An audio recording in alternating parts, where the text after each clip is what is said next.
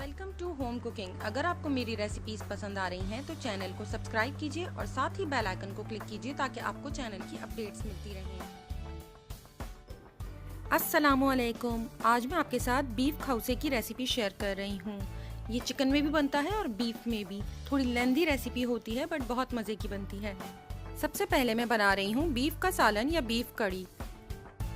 एक पैन में 4 खाने के चम्मच तेल शामिल करें और साथ ही 1 चाय का चम्मच ज़ीरा शामिल कर दें। जब ज़ीरा कड़कड़ाने लगे तो आधा किलो बोनलेस बीफ की छोटी छोटी बोटियां काटकर इसमें शामिल कर दें। इसके बाद 1 चाय का चम्मच लहसुन और 1 चाय का चम्मच अदरक डालकर इसे अच्छी तरह से मिक्स कर लें। 2 से 3 मिनट तक भूनने के बाद इसमें मसाले शामिल करें, जिसमें शामिल है 2 चाय का चम्मच धनिया पाउडर, 1 चाय का चम्मच लाल मिर्च, आधी चाय का चम्मच हल्दी पाउडर, 1 चाय का चम्मच कश्मीरी लाल मिर्च या फिर देगी लाल मिर्च। मसालों के साथ गोश्त को 2 से 3 मिनट तक भून लें और इसके बाद इसे ढककर हल्की आंच पर पकने के लिए छोड़ दें। जब तमाम पानी खुश्क हो जाए और तेल अलहदा हो जाए तब आप इसके अंदर आधा कप फेंटी हुई दही शामिल कर दें। दही को मुस्तकिल चमचा चलाते हुए इतनी देर पकाएं कि उसमें वो बॉयल आ जाए। इसके बाद इसमें हस्बे ज़रूरत पानी शामिल करें और इसे ढक कर हल्की आंच पर इतनी देर कुक करें कि जब तक तमाम पानी भी खुश्क हो जाए और गोश्त अच्छी तरह से गल जाए। जब गोश्त अच्छी तरह से गल जाए तब आप इसमें 2 खाने के चम्मच ब्राउन पिसी हुई प्याज और आधा चाय का चम्मच गरम मसाला शामिल कर दें और इसे 2 से 3 मिनट तक भून लें। अगर आपको खौसे में भुना हुआ सालन पसंद है तो ये बिल्कुल डन है। मैं इसमें आधा कप पानी शामिल कर रही हूँ और इसे 2 से 3 मिनट तक मैंने दम पे छोड़ा है ताकि इसमें थोड़ी सी ग्रेवी तैयार हो जाए। अब मैं बना रही हूँ खौसे के लिए कढ़ी।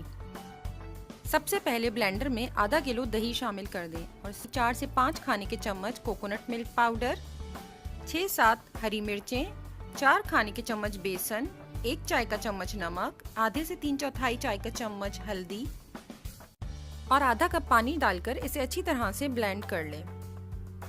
कुकिंग पैन में 1 से 2 खाने के चम्मच तेल गरम कर उसमें 10 से 12 कड़ी पत्ते डालें और उसे कड़कड़ा लें।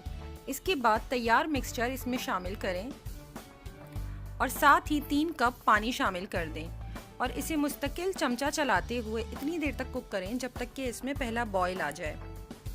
जब इसमें बॉयल आ जाए तब आप इसे कवर कर हल्की आंच पर पकने के लिए छोड़ दें, बट कम्प्लीटली कवर मत कीजिएगा वरना कढ़ी उबलकर बाहर आ जाएगी।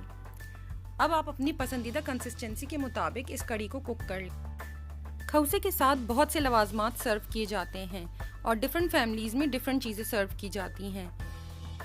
मैंने यहाँ मांडा पट्टी के छोटे पीसेस कट कर लिए हैं जिन्हें मैंने शैलो फ्राई किया है इतनी देर तक जब तक कि ये ब्राउन और क्रिस्प हो जाएं। खौसे के लिए मैंने 1 पैकेट स्पैगेटीज को भी बॉईल कर लिया है। खौसा सर्व करने के लिए बाउल में थोड़ी सी स्पैगेटीज निकालें, इसके ऊपर कढ़ी डालें, इसके ऊपर बीफ का सालन, क्रश्ड की हुई मांडा पट्टी, फिंगर चिप्स या स्लिम्स, ब्राउन की हुई प्याज, हरा धनिया, चाट मसाला और लेमन के साथ इसे सर्व करें।